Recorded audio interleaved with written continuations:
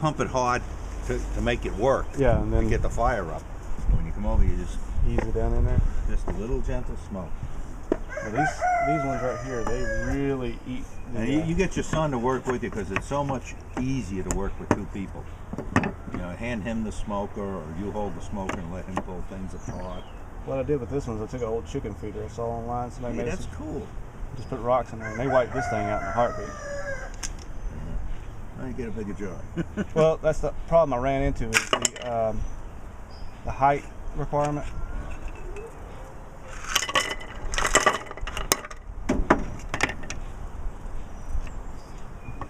A little bit with this one. Give him a second to get out of it.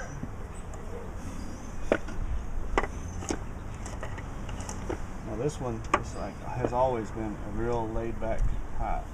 Oh man, they are really out here. They had never been that far in there.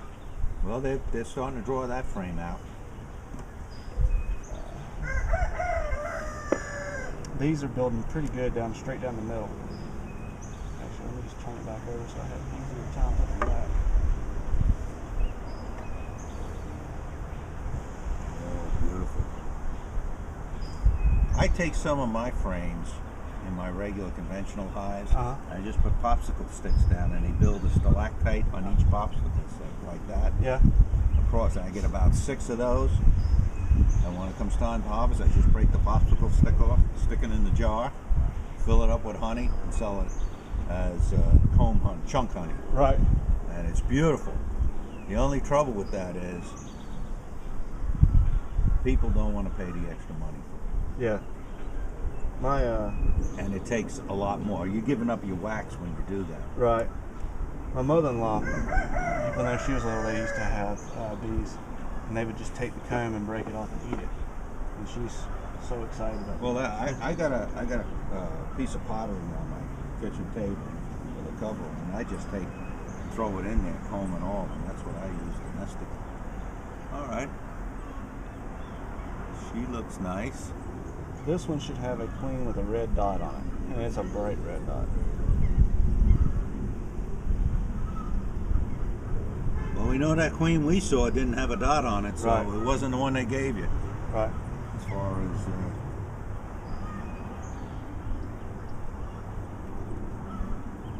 I just turned it around, didn't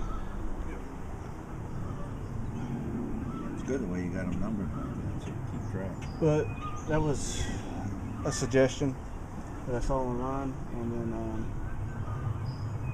well, that seems like it'll work out pretty good, but they're not. That one's not.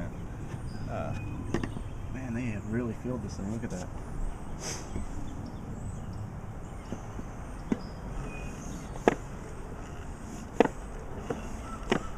see if we got any attachments.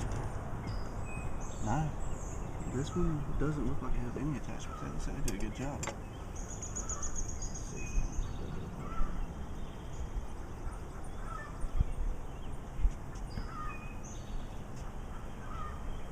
I'm seeing nectar and pollen. Something capped down at the bottom. Is that capping honey? What's this right there? That looks like a queen, but that is not the one that I had in there. That is a queen. Where'd she go? There she is. That is a queen. That's not the one that they sent with me. The one they sent with me had a real bright red dot. Oh, I'm looking at, she's got small eyes, so it's not a drone. She's not a big fat thing. That is your queen. Look at her butt. I mean, she's a long, it's dark. Yeah. See if I can get a picture of it.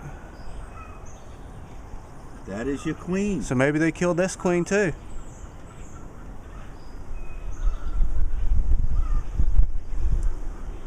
And that's a nice sized queen. That might have been his queen. He just shook out of the package.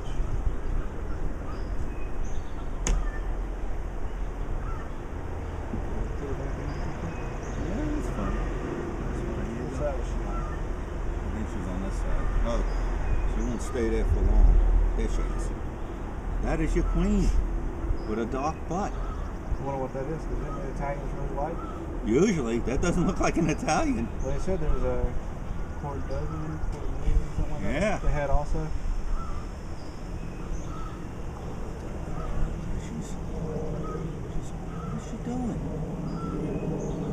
see attendants follow. Oh yeah, there's an attendant feeding. This one is feeding. She's looking for, I would put her in there, she's looking for an empty comb to lay in. She got some empties on this side.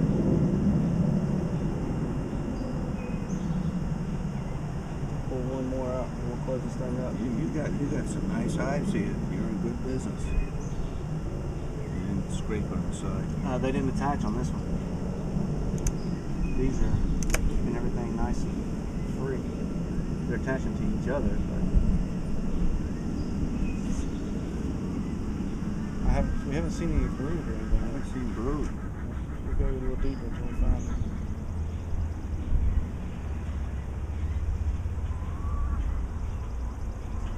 Probably should be doing on the exterior ones instead. Yeah, she should be around the brood. She'll find a way back.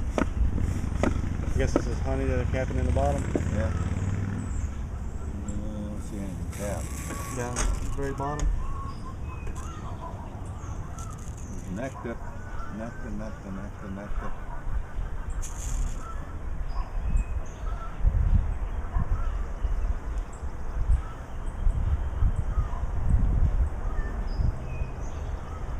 That was a totally black Yeah. Queen. abdomen. This has got a few. Yeah, there's your brood. Is that brood or is that honey? Oh, there it That's is. brood. See Oh all yeah, I the see the lava? little worms, yeah. And that's brood. Now the capped honey, They're down the bottom there. yeah, that's capped honey down here, right on the bottom. It's sort of more waxy looking. And actually, see that cap brood? It's real yellow. Yeah. As your hive gets older, it turns tan. Oh, okay. It's much tanner.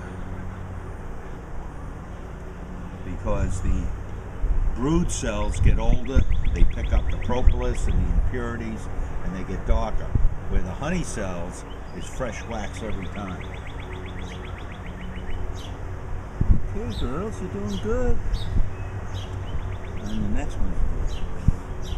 Safe taking this one.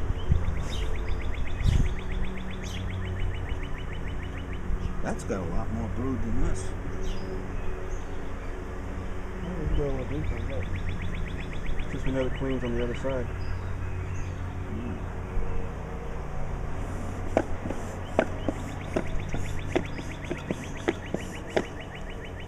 Oh, there you go. Next one is slam full. It's a good. See this? Drone cells. That's a drone. See that bullet? Yeah. Okay, they are significantly bigger. Yeah. You can't miss a drone cell. See, that's the capped honey, that white stuff.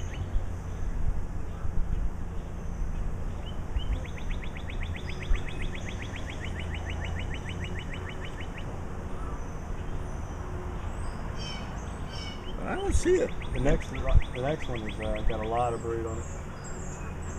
What's that side look like? Honey and pollen. So they want to build over there. I remember they're building over here. Because they like to have the pollen and the bee bread right next to where. But you can see the honey is really capped nicely. This next one I think you're going to like. Oh yeah, that one's solid full already. All right, that's what we want to look at. That's beautiful. And the one in front of it's even more full. Oh yeah. You know why? They started over here. They get more sun here. It was warmer. Oh, that's nice. So now you see over here on this side, the drone. You can see the drone right next to the regular. Yeah. Those three. Those three are drones. They usually like to put the drones on the peripheral. Now, if you have looks like a peanut, either coming off the bottom or sticking out the side, they're off the bottom. That's usually a swarm cell, which you probably won't have to worry about this year. they're coming off the side. Like say they decide they want to make a new queen, they'll stick one. It looks like a big drone cell almost. Laid on its side. And it sticks out almost vertical from the horizontal from the side, and it's even bigger than a drone cell. Okay. It looks like a little peanut. The swarm cells are even bigger, and they hang off the peripheral, the bottom usually. When they get ready to swarm, they'll put 5 or 6 of these swarm cells on the bottom, and they'll put a queen in there, a potential queen, and then they'll swarm before they hatch. The swarm goes away with the old queen and anywhere from 40 to 70% of the hive. And it's not a good thing if you want to make honey. Right. And then they'll go park in a branch somewhere. They'll probably go on one of these branches somewhere around here, and there'll be a big ball of them, and they'll stay there. And then the scouts will go out looking for a new home. When they find it, they'll come back and they'll vote on it. And when they have a consensus, then that swarm goes and starts a new colony. In the meantime, the old colony is left with plenty of honey, plenty of hot pollen. We're leaving you, but you're good to go. And first queen out will then sting all the others and take over the hive. It'll take her about a week to get familiar and mated, and then and you'll see, I have no brood, I'm in trouble. Yeah. But if you just saw them swarm and you saw some swarm cells, give it 2 weeks, and then all of a sudden then you start seeing the brood again. Okay. We'll slide these back, I guess, unless you want me to pull the other 3 out. No, I wouldn't disturb them more than you have to. All right. Man, look at the pollen they're bringing in. Orange, yellow.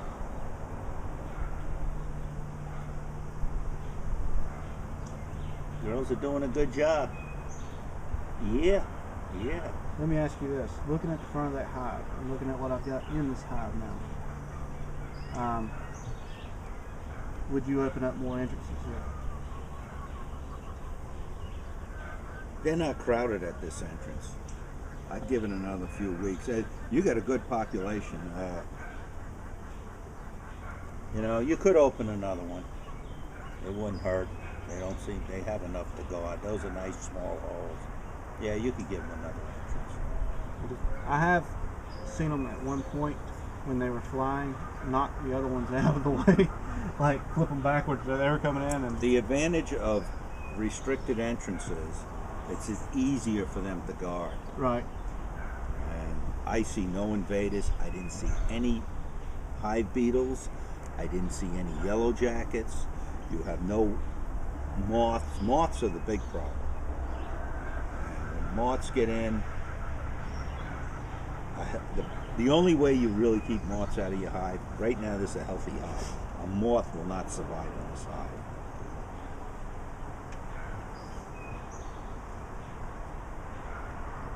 But your hive gets weak. What happens to a lot of people, when their hive gets weak, the moths come in and start taking the unprotected. There's a whole bunch of comb. There's no bees on it. The moth goes to the comb with no bees on it, starts laying eggs in it. Right. Next thing you know, you got all kinds of wax moths being bred in your hive. And that's what, then the bees go crazy trying to, control her, and there's not enough of them. And they die off and they get crowded out. And you go in there and you find moths and yellow jackets take over your hive.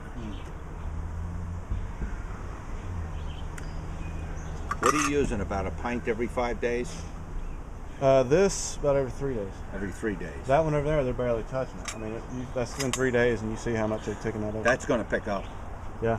I'm looking at it. I think she just started. Oh, okay. So I think that's going to pick up. But I think you don't have any of the queens you bought. Yeah, no. None of the queens I bought then. I just spilled that all over everything. That's all right. They'll clean it up. They'll get it. Where's your source of water for them? There is water on all the dog bowls. Chicken's got water. There's also this gutter has a tendency to hold water. This idea of putting the stones around the water is a good idea too, so they have something to crawl on. Looking at gutter over there, it's not necessarily the cleanest, and I did that on purpose. They don't like clean. I got a bird bath in the back, and on that bird bath, I have a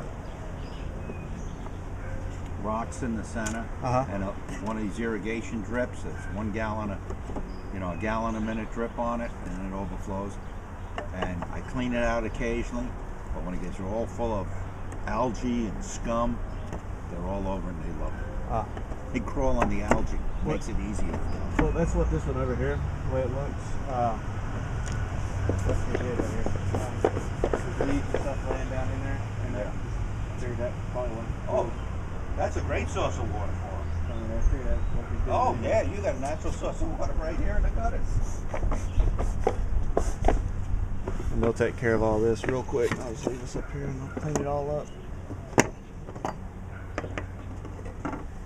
Whatever you've been doing, keep doing it. All right. Well, you have me. Not you have me worried. I had myself worried.